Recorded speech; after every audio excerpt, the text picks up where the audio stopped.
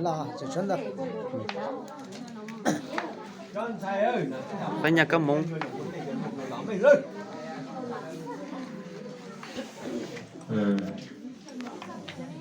Được, được.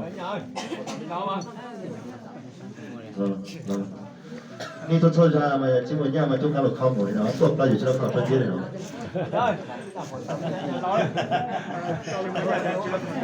Hứng đi á. Giờ bây giờ chơi đó là nó có thì tôi chơi trên khỏi chơi nhiều.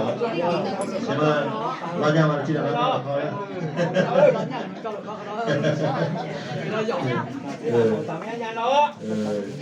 Giống trong kia.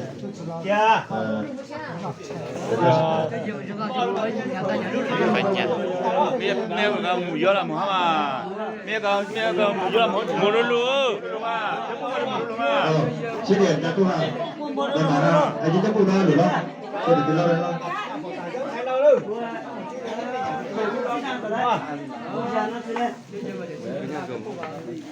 Nhà có mông chả mà từ sáng gió là mù luôn mà. Bé cô đã to.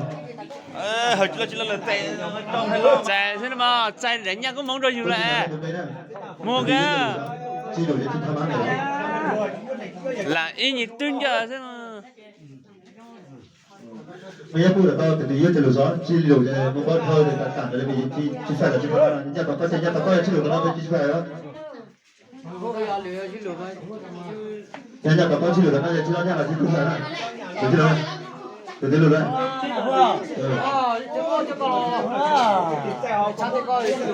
Hơi được tôi tắt ngay luôn. Hơi được tắt ngay luôn. nhạc có mông nữa Hơi kém anh không?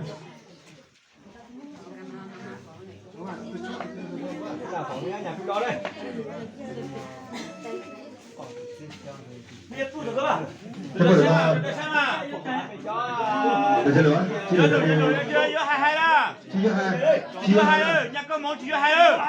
Chuột á. Nhà có món chưa hai đó. Nhà có món chưa hai đó. Chưa hai đó. Bảy chi với nhà cha yêu hai. Bảy chi với nhà cha. Bảy chi với nhà cha yêu hai. Giờ từ từ lùi rồi chỉ lùi để nhỏ thôi.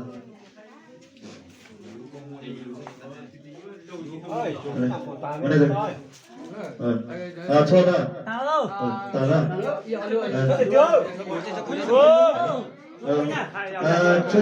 chỗ bún nhà nè chỗ bún nhà nè Cún nhà ở đâu? Cún nhà phải được. Cún nhà được. Được. Cún nhà nhóm một năm một rồi. Chứ mà gì đấy. Cho ra. Năm một rồi rồi. Cho gì đó? xua rồi Cho ra. Đấy ra. Cho gì? Cho tôi phải sang. Tôi hướng nhà của nó. Không biết ta để được với nhà của nó. Nhớ giờ đủ. Nhà có món chưa hai đâu, nhà có món chưa hai đâu. Chưa hai nữa. Bảy chi với nhà cha yêu hai. Xanh dư. Lo mà chúng ta lo chơi cái gì thi quan đâu đâu mua mày có hả đó gì nó đây cái tôi cho trên đồng hồ trong đây cái tôi cho là cái trong nhà cái mà cái tôi trong hồ trong đấy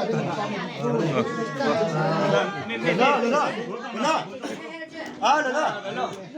Mấy tôi lúa có nó một.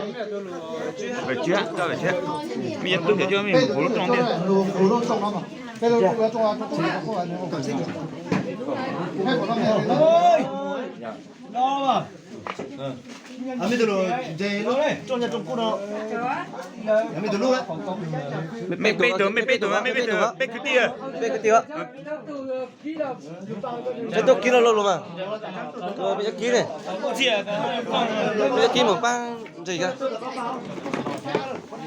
cho nó tổ cho thầy cho tổ dây nó to pin nó to dây đó Tôi mà ơi.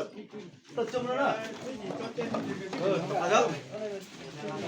nó đó giờ đó chị mày cho tôi ăn nhiều mày sáng luôn mày sửa rồi mày sửa đủ là đấy